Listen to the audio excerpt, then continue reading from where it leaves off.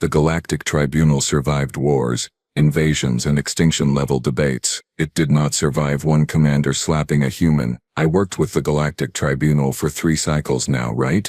3 whole cycles of boring diplomatic nonsense, endless treaty negotiations and delegates arguing about trade routes like they're discussing the meaning of existence itself, but nothing, and I mean absolutely nothing, prepared me for what I witnessed on Station Day 472, the day Commander Vreltok decided to slap a human. My name is Plix, by the way. Junior Communications Officer Korathian Fleet, which basically means I stand around looking official while important people talk.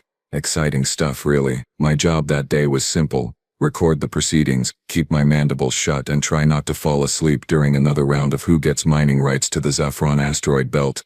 Spoiler alert, I failed spectacularly at the sleeping part.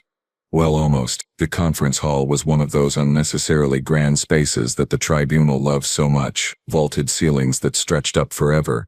Bioluminescent panels casting this soft blue glow that was supposed to be calming but just made everyone look slightly dead.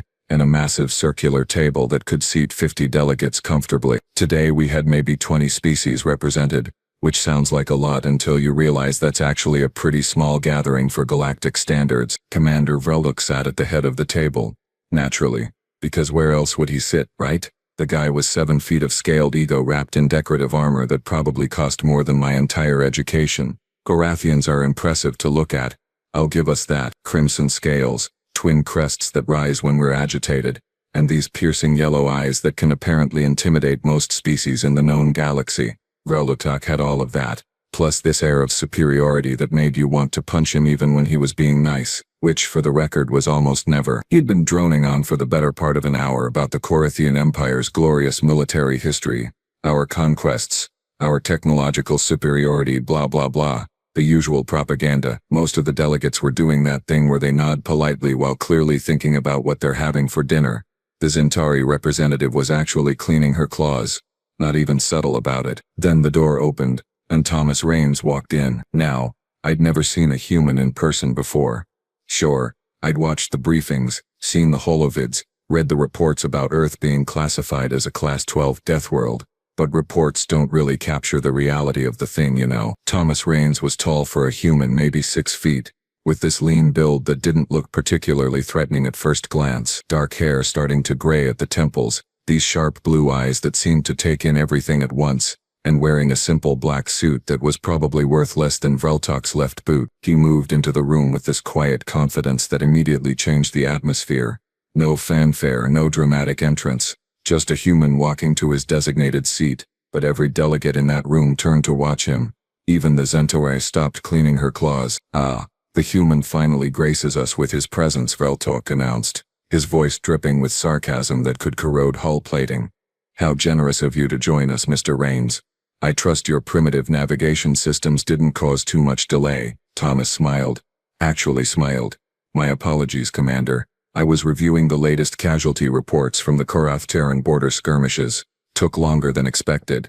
Lots of names to read. Oh, that was smooth. Because everyone in that room knew the Korathian forces had been getting absolutely demolished in those skirmishes. 3 of our battle groups.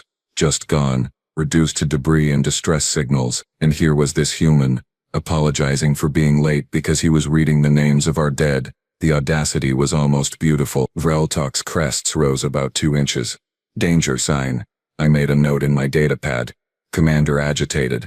Human delegate possibly suicidal. Those skirmishes, Vreltok said, his voice dropping to that low rumble that Korathians use right before they attack something. Were unfortunate misunderstandings. Clearly your species lacks the discipline to properly identify allied vessels in combat situation. Right, Thomas said, settling into his chair with infuriating casualness. Our fault. Entirely. I mean, sure, your ships opened fire first, entered Terran protected space without authorization, and ignored 17 hails requesting identification. But yeah, definitely a human error. We should probably apologize. Again, the Zentari delegate made a chittering sound that I'm pretty sure was laughter. The Forian representative, this floating jellyfish-looking creature, pulsed a shade of amused orange. Even the normally stoic Draxian in the corner seemed to have his equivalent of a smirk. Vreltok stood up. All 7 feet of wounded pride and scales. You dare mock the Korathian Empire. Your planet is barely out of its industrial age. You still use chemical propulsion for half your spacecraft. You've been in space for what, 200 of your years? We've been exploring the stars for millennia. Thomas leaned back in his chair, completely unbothered. That's true, we're pretty new to all this. Still learning the ropes, making mistakes, accidentally defending our territory with excessive force. You know how it is with primitive species. We get jumpy. I was frantically recording everything because this was either going to be the most entertaining diplomatic incident in tribunal history, or the start of an actual war. Possibly both. Probably both. Jumpy, Vreltok repeated, his voice now echoing through the chamber. Jumpy. Is that what you call the unprovoked slaughter of Korathian peacekeepers? I call it self-defense, Thomas said, and his smile finally disappeared. But if you want to discuss slaughter, Commander, we can absolutely talk about what your peacekeepers were doing to the colony on Terran 7 before our jumpy fleet arrived. I've got footage. Very detailed footage. Want me to share it with everyone here? The room went dead silent. Like, absolutely no sound except for the ambient hum of the station's life support. Because apparently whatever happened on Terran 7 wasn't public knowledge yet, and Thomas Raines had just threatened to make it very public. Vreltok's scales actually flushed darker, which in Korathians means pure rage.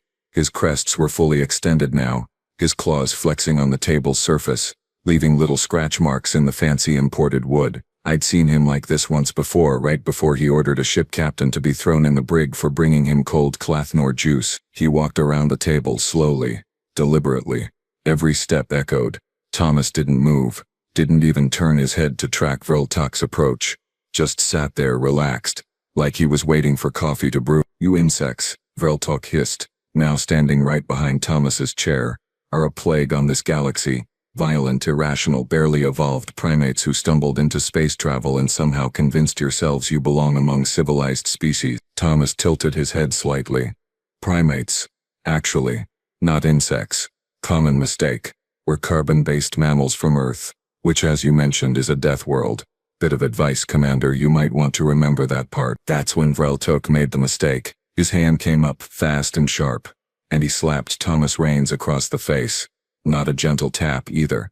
A full-force armored hand, I'm going to teach you respect kind of slap that echoed through the entire conference hall like a thunderclap. The kind of slap that would have sent most species sprawling to the floor, possibly unconscious, definitely injured. Thomas's head snapped to the side from the impact. A thin line of blood appeared at the corner of his mouth. And then, very slowly, very deliberately, he turned his head back to face forward. The entire room held its breath. 20 different species. All frozen, all watching. I had my recording device pointed straight at them, my hands shaking so badly I almost dropped the thing. The Zentari delegate had actually backed away from the table. The Forian had gone pale white, which I didn't even know was possible for their species. Thomas raised one hand, touched the blood at his lip, looked at it on his fingers. His expression was completely calm, eerily calm, but his eyes, oh by all the stars in the void, his eyes had changed. There was something in them now that hadn't been there before, something old and primal and absolutely terrifying. 5 seconds, I remember thinking. That's how long we all stood there, frozen, waiting to see what would happen next. 5 seconds that felt like 5 hours. Commander Vreltok, still standing behind Thomas, still with his hand raised, seemed to realize that maybe, just maybe, he'd made a critical error in judgment. 5 seconds, that's all it took for everything to change. Okay. So here's the thing about moments that change your entire understanding of the universe. They happen fast. Like stupidly fast. Blink and you miss it fast. But somehow your brain records them in this weird slow-motion detail that you can replay forever whether you want to or not. Trust me, I've replayed these 5 seconds about 10,000 times in my head, and it doesn't get less terrifying. Second one, Thomas's face changed. That's the only way I can describe it, really. It wasn't like he got angry or scared or anything that simple. No, something deeper shifted, something that had been sleeping under all that diplomatic politeness and forced smiles. His pupils dilated, just a fraction, and his breathing changed, became slower, more controlled. The muscles in his jaw tightened, and I swear on my ancestral scales, the temperature in the room dropped 5 degrees. You know that feeling when you're a hatchling and you wander into a cave that turns out to be occupied by something that sees you as lunch? That primal, oh void, I made a horrible mistake feeling that hits you right in the survival instinct. Yeah, that's what every single being in that conference hall felt in second one. including, I noticed, Commander Veltok himself. The human's hands, which had been resting casually on the armrests of his chair, went very still, not tense, not clenched, just still, like a predator that's stopped moving because it's decided you're prey and there's no point wasting energy before the strike. His head tilted, maybe half an inch, and he looked up at Veltok with an expression that was somehow completely blank and absolutely full of promise at the same time. "Commander," Thomas said, and his voice was different now, lower, with this edge that made it sound less like talking and more like the moment before an explosion. That was unwise. Second two, Veltok's crests, which had been fully extended in his dominant display, suddenly flattened against his skull. I'd never seen him do that, not once in 3 cycles of serving under him. Crest flattening is what Korathians do when we're genuinely afraid, when our biology overrides our ego and screams at us to run. His yellow eyes went wide, and I watched his throat work as he swallowed hard. That is, perhaps I was too hasty. Veltok stammered, taking a step backward. His armored boot scraped against the floor with this pathetic scraping sound. The strike was merely a gesture of discipline, standard in Korathian military culture. Nothing personal, certainly nothing that requires. But Thomas was already moving. Actually, no, that's not accurate. Thomas was already standing. I didn't see him get up. 1 second he was sitting in that chair. The next second he was on his feet facing Veltok, and I have absolutely no memory of the transition between those two states. It was like watching edited footage with frames missing, except this was real life happening right in front of my face. The Zentari delegate shrieked this high-pitched alarm call that her species makes when they sense imminent death. The Forian started pulsing emergency red, flooding the room with warning bioluminescence. The Draxian, who I'd thought was basically fearless, launched himself out of his chair so fast he knocked it over, scrambling for the exit. "Security," someone shouted. Might have been me, actually. "Security to Conference Hall 7 immediately. Code Violet. Repeat, Code Violet." Code Violet, by the way, means lethal force. Authorized. All delegates evacuate. Something very bad is happening right now. We'd never used Code Violet before. The tribunal had been operational for 60 standard years, and we'd never once needed Code Violet, until today. Until a Korathian commander slapped a human. Second 3. Thomas moved. "And, listen, I need you to understand something about Deathworld physiology versus standard galaxy biology, okay? Most species, we evolved on reasonable planets. Normal gravity, reasonable atmospheric pressure, predators that kill you with venom or claws or, sensible things. We didn't need to develop crazy reflexes or extreme strength or any of that. We got smart instead. Built tools, formed societies. Very civilized. Humans? Humans evolved on a planet that was actively trying to kill them every single day. Gravity 1.3 times galactic standard. Atmosphere so rich in oxygen that their biochemistry runs like an overclocked fusion reactor. Predators that could rip them apart. Weather that could freeze or cook them. Diseases that should have wiped them out completely. And they didn't just survive, they thrived. They became apex predators on a planet full of apex predators. So when Thomas moved, he moved with speed and precision that my Korathian eyes couldn't even properly track. His right hand came up in a blur, fingers extended, aimed not at Veltok's torso or arms but directly at his throat. Combat training. Obvious combat training. The kind of movement you only learn through years of practice and actual battlefield experience. Veltok tried to react. Tried to bring his own hands up in defense, but he was so slow compared to the human. It was like watching someone swim through thick gel while Thomas was cutting through vacuum. No resistance, no hesitation, just pure efficient violence. The human's strike had about 15 inches of travel distance, maybe less. Shouldn't have been enough force to do serious damage, right? Basic physics. But here's what I learned later, from the medical examiner's report that I definitely wasn't supposed to read. Humans have this thing called fast twitch muscle fiber density that's about 3 times higher than Korathian standard. Their bones are reinforced with a mineral matrix that's stronger than most commercial ceramics. And when they're in danger, their endocrine system floods their body with these performance-enhancing chemicals that'd kill a normal species outright. Thomas's hand hit Veltok's throat with approximately 900 pounds of force concentrated into an area about 2 inches square. The reinforced tracheal plates that Korathians are so proud of, the ones that are supposed to protect us from most physical attacks, might as well have been decorative paper. Second 4. The security doors burst open and 3 armed guards rushed in, weapons drawn, shouting orders that nobody was listening to. The Zentari delegate had reached the emergency exit. was hammering on the override panel with all 4 of her manipulator limbs. Half the other delegates were huddled in the far corner of the room, making distressed noises in about 12 different languages. I was still frozen at my station, recording device clutched in my trembling hands, watching everything unfold with the detached horror of someone who knows they're witnessing something that will haunt them forever. My training said I should evacuate, should run, should do literally anything except stand there like an idiot, but I couldn't move, couldn't look away, couldn't do anything except watch. Thomas's strike had connected, his hand buried in Veltok's throat up to the wrist, and the commander's eyes had gone from wide with fear to wider with shock to just empty. There was a wet crunching sound that my audio sensors picked up perfectly. Thank you very much, brain. I definitely wanted that memory preserved in crystal clarity. Blood, dark purple Korathian blood, was spreading across Veltok's decorative armor in a pattern that looked almost artistic. The human pulled his arm back smooth and controlled. No wasted motion. Veltok's body started to fall backward, still standing, like someone had suddenly turned off gravity, but only for him. His hands came up to his throat, instinctive, trying to stop what was already done. The security guards were halfway across the room now, weapons raised, targeting lasers painting red dots on Thomas's chest. Freeze. Do not move. Hands where we can see them. Thomas held his hands up immediately, palms out, fingers spread. Compliant, completely calm, like he'd just finished signing a treaty instead of, the other thing.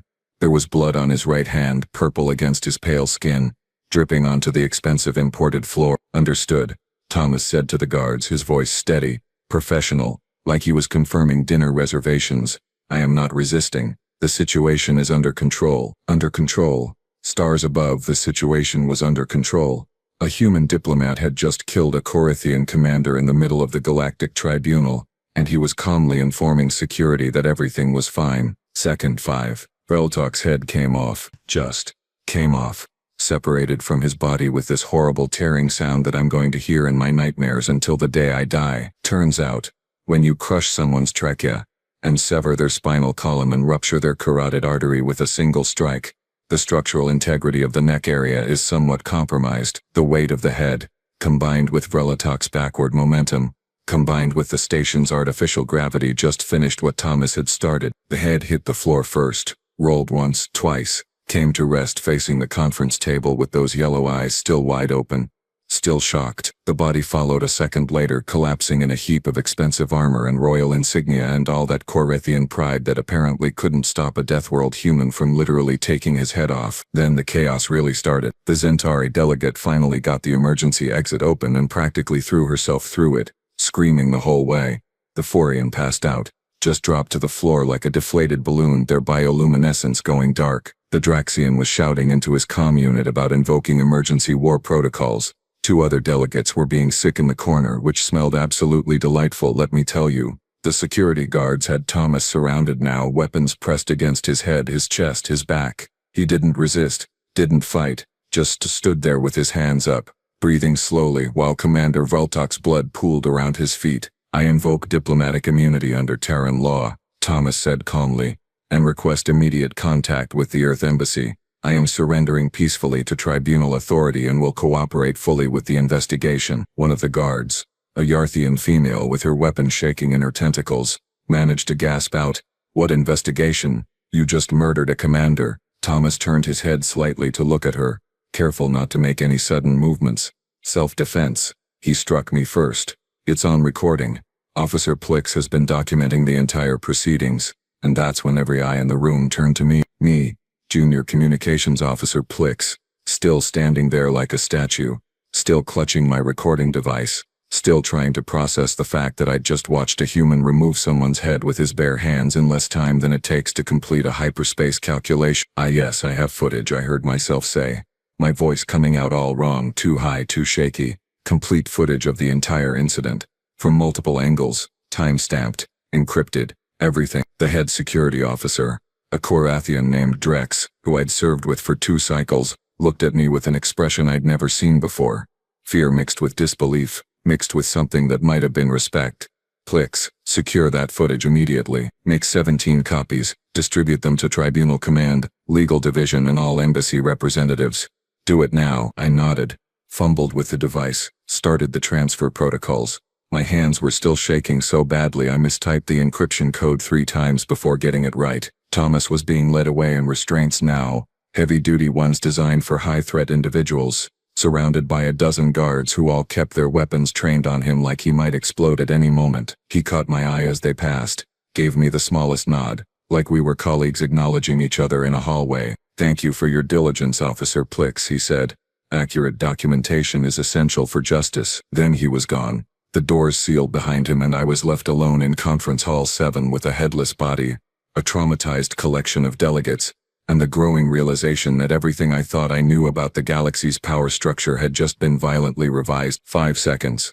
That's all it took for a human to kill a Korathian commander and change the course of interstellar politics forever. 5 seconds that I was going to spend the rest of my life trying to forget, and knowing I never would. Station lockdown happened about 30 seconds after Thomas left the room. Blast doors slammed shut throughout the entire tribunal complex, sealing every section, every corridor, every docking bay. Red emergency lighting flooded the halls, and the automated announcement system started blaring in 17 languages about security protocols and mandatory confinement to quarters. Fun times, really. Nothing says intergalactic diplomacy like being trapped in a glorified space can while everyone panics. I got assigned to witness interview duty, which was just fantastic for my mental state, let me tell you. Because apparently recording the actual incident wasn't enough trauma for one day. No, I also got to spend the next 6 hours listening to 20 different beings describe what they'd seen. And here's the fun part. No two accounts matched.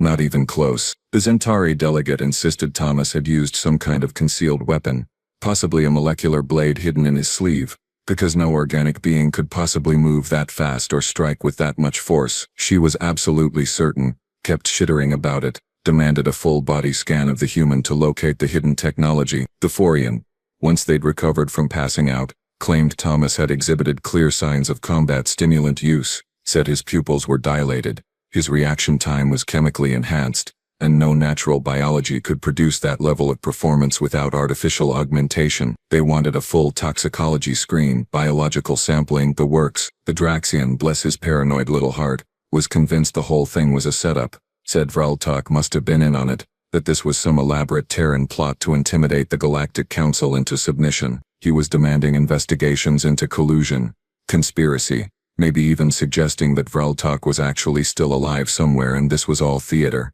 Yeah, sure buddy. The head on the floor was just really committed acting. My favorite was the Polonian trade minister who absolutely swore, that Thomas had moved so fast he'd briefly phased out of normal space-time, claimed there was a shimmer effect, like reality itself had hiccuped, wanted the station's temporal sensors reviewed for chronological anomalies. I documented everything, nodded politely, and tried not to scream. Because what I'd seen, what my recording device had captured in perfect detail, was much simpler and somehow much worse than any of their theories. Thomas Raines was just a human.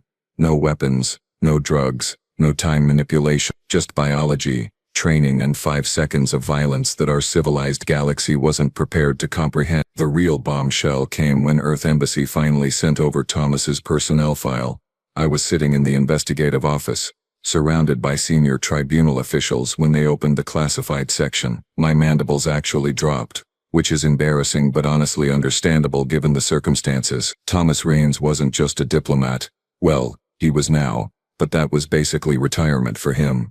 Before joining the diplomatic corps, he'd spent 22 years in something called Terran Special Operations Command. The file had pictures of him younger, harder, wearing military gear that looked designed for environments that would kill most species outright, combat decorations from conflicts I'd never heard of on planets I couldn't pronounce, training certifications in hand-to-hand combat, insurgency tactics, hostage extraction, covert operations. One of the officials, a Yarthian legal advisor named Kelmuth, read through the file with increasing horror.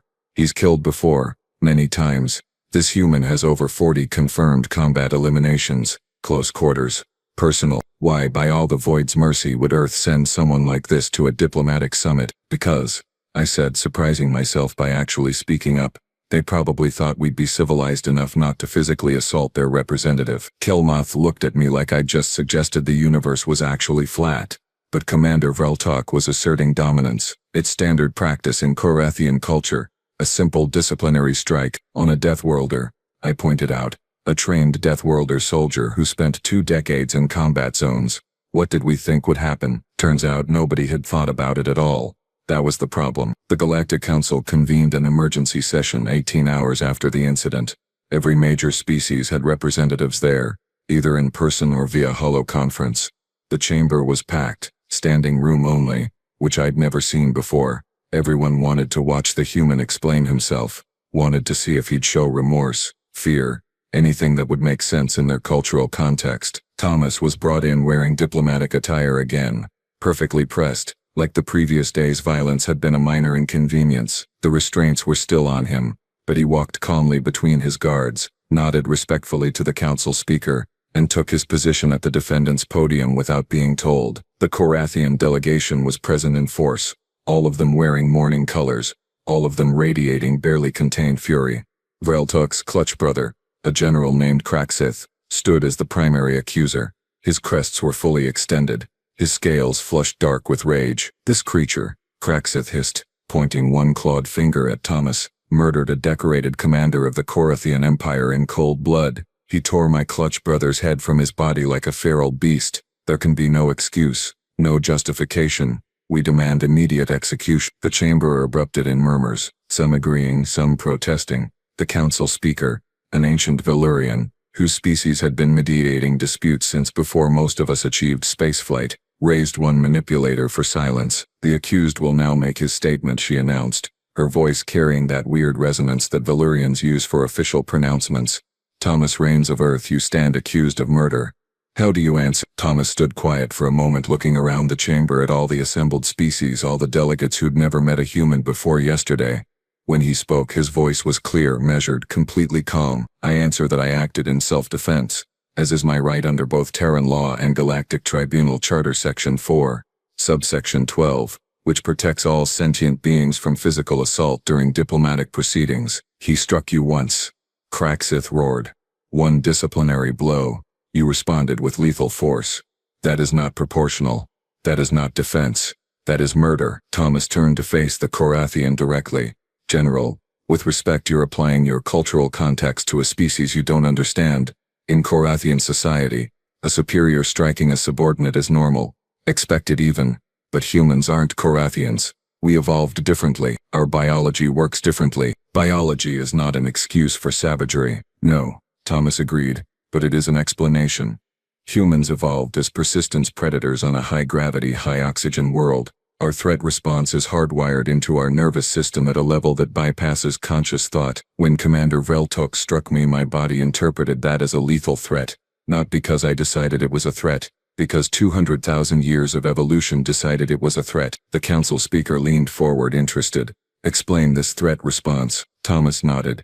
When a human perceives danger, our adrenal glands release a cascade of hormones, adrenaline, noradrenaline, cortisol. Our heart rate increases. Our muscles receive increased blood flow and oxygen. Our pain threshold rises. Our reaction time decreases. Our strength output increases by approximately 40%. All of this happens automatically in milliseconds without conscious control. He paused, making eye contact with various delegates around the chamber. And here's the critical part. On Earth, if something is close enough to touch you, it's close enough to kill you. Our predators didn't announce their intentions. They didn't negotiate. They struck fast and without warning. So we adapted. We learned to respond to physical contact from perceived threats with immediate, overwhelming force, because the alternative was death. You're saying you couldn't control yourself? Kelmoth asked from the legal section. That you had no choice. I'm saying that by the time my conscious mind processed what was happening, my body had already responded. The strike that killed Commander Vreltuk was executed by instinct, by training, by biological imperative. Could I have stopped it? Maybe, but that would have required overriding millions of years of evolution in a fraction of a second. The chamber went silent. You could have heard a scale drop. Thomas continued, his voice taking on a harder edge. And frankly, I shouldn't have had to stop it. Commander Vreltuk assaulted me during a diplomatic summit. He violated every protocol we have for peaceful interaction. He put his hands on a representative of a species he knew nothing about, from a planet he'd never bothered to study. And he paid the price for that ignorance. This is outrageous, Kraxith shouted. You're justifying murder with biology. No, Thomas said quietly. I'm explaining cause and effect. Your brother made a choice. He chose violence. I responded to that violence in the only way my species knows how. This isn't murder, General. This is what happens when you slap a Deathworlder. The tribunal reviewed the footage next. All 17 angles of it, frame by frame. Everyone watched Vreltok's approach, his aggressive posture, his escalating threats. Everyone watched the slap, the sound echoing through the playback. Everyone watched Thomas's face change, watched those 5 seconds unfold in horrifying detail. The medical examiner presented findings. The strike that killed Vreltok was executed with precision that indicated extensive training. The angle of impact, the force distribution, the target selection, all of it pointed to someone who knew exactly how to kill efficiently. But, and this was the important part, there was no hesitation, no wind-up, no preparation. It was purely reactive, exactly as Thomas had claimed. A xenobiologist from the Polonian Institute testified about Deathworld adaptations, explaining how species from high-threat environments develop enhanced reflexes, increased muscle density, aggressive threat responses. She brought up examples from other known Deathworlds, showed comparisons, made it clear that humans weren't unique in this regard, just uniquely effective. The debate went on for hours. The Korathian delegation demanded justice, called for execution, threatened to withdraw from the tribunal entirely. Other species argued for leniency, pointed out the legal protections, questioned why Vreltok had been allowed to make physical contact in the first place. Finally, after 6 hours of arguments and counter-arguments and legal citations that made my head hurt, the council speaker called for a vote. The ruling came down narrow, but it came down self-defense. Thomas Raines was guilty of excessive force, but not murder. He was to be expelled from the tribunal, banned from diplomatic service, and remanded to Terran custody with a formal reprimand. But he wouldn't be executed, wouldn't even face imprisonment. Kraxith stormed out, his entire delegation following. The Korathian Empire lodged a formal protest, recalled their ambassadors, and shut down 3 trade agreements. It caused a diplomatic incident that lasted months. But here's the thing that really mattered, the thing that changed everything.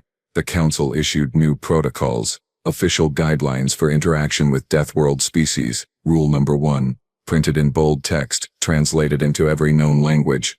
Do not initiate physical contact with humans without explicit permission and clear understanding of consequences. They created a whole new classification: species non-contact, high-threat response. Humans were the first on the list, but other Deathworld species got added quickly after. Formal training became mandatory for anyone working with Terran representatives. Cultural sensitivity courses, biology briefings, threat assessment protocols. I helped design some of those courses actually. Turns out being the guy who recorded everything made me a valuable resource. I gave lectures, showed the footage with appropriate warnings, explained what I'd witnessed, watched delegates from 100 species learn the same lesson I'd learned the hard way. Never touch a Deathworlder. It's been 2 cycles since that day now, 2 full cycles, and I still think about it constantly. Still see Vreltok's head rolling across that floor. Still hear Thomas's calm voice explaining evolution and instinct like he was discussing weather patterns. The galaxy's different now, more careful. We ask permission before handshakes. We maintain distance during negotiations. We remember that not every species shares our assumptions about personal space and appropriate contact. Thomas Raines retired from public service entirely, went back to Earth, disappeared into whatever life former soldiers live when they're done with violence. I hope it's peaceful. I hope he found whatever passes for peace in a species that evolved from persistence predators. As for me, I got promoted, junior communications officer to senior diplomatic historian. They figured someone should document these lessons properly, make sure future generations understand what happened and why. So that's what I do now. I teach young officers about cultural differences, about biological imperatives, about the day a Korathian commander learned the hardest lesson in the galaxy. Some species think we've become too cautious, too afraid of humans and other Deathworlders. They complain about the protocols, the restrictions, the careful distance we maintain. They say we're being paranoid. I just show them the footage, all 5 seconds of it. Watch their faces change as they realize what they're seeing. Watch them understand that sometimes paranoia is just pattern recognition. 1 slap, 5 seconds, 1 death, and the entire galaxy learned to keep its hands to itself. Funny how education works sometimes.